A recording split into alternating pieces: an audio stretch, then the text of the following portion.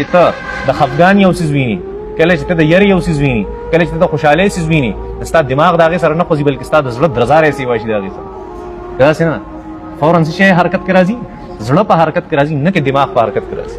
دا اسانې خبرې. دا ډېر یو لوی بحث دی صاحب. دا خو تاسو ته څه بیانوم، دې ته زمونږ په انګریزۍ کې به زمونږ استادان دې ته سمري وي، خلاصه ورته وایو مونږ، او زمونږ په علمي ژبه کې دې ته تلخیصات وایي، خلاصې. زمونږ انګریزي استاد به ته سمري وایي، د دې سبق سمري راوباسي.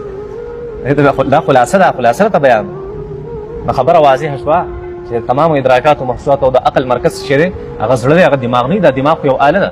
او د دې مثال هغه پیش کوي فلسفیان حضرات چې دې مثال داسې دی چې لکه تاسو به د حکومت سیستم هغه کتلی، په حکومت کې اولنی چې کوم دلته عامر ناسي او بادشاه او حاکم ناسي، هغه حکم کوي خپل لاندې وزیر ته، خپل لاندې مشیر ته، خپل لاندې گورنر ته، او گورنر بیا په دویم سټپ کې څه کوي، خپل کارندګان او خپل خلک هغه خواره کړي، خپل جاسوسان خواره کړي او هغه تمام خبرونه دلته راټولوي، او بیا د اخري خبرونه چېرته دي؟ نو ته دا نشي ویلی چې گورنر مرکز دی، وزیر مرکز دی، بلکې دا به چې حاکم اصل څوک دی، هغه دی چې په کرسۍ باندې ناست.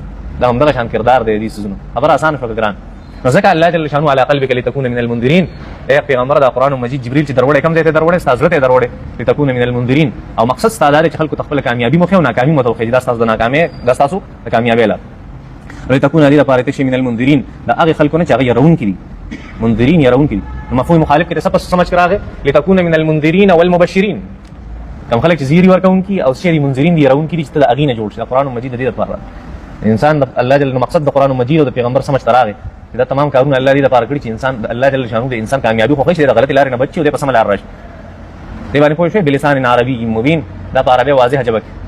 په عربي د دې دوه مطلب دي، بلسان عربي مبین.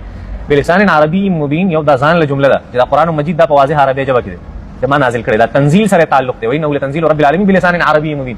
او دویم تعلق د المنذرین سره دی، د بلسان عربي مبین.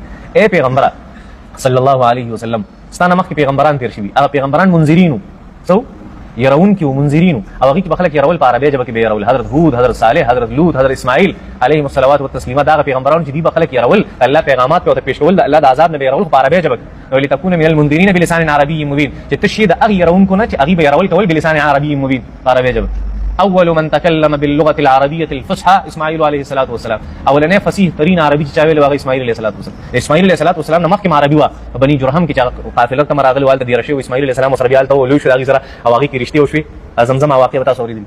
د دې بني جرهم به مخکې عربي وي، خو فصیح عربي دي نه وه، بهترین عربي دي نه وه. اولنې فصیح ترین عربي چې ویل چا ویلې وه حضرت اسماعیل علیه الصلاه والسلام. دغه ذکر کړي د تاریخ کتابونه. على الاقل لتكون چې ته شی پیغمبر من المنذرین، د هغې يرونکو نه بلسان عربي مبین چې هغې په واضحه عربي ژبه کې خلک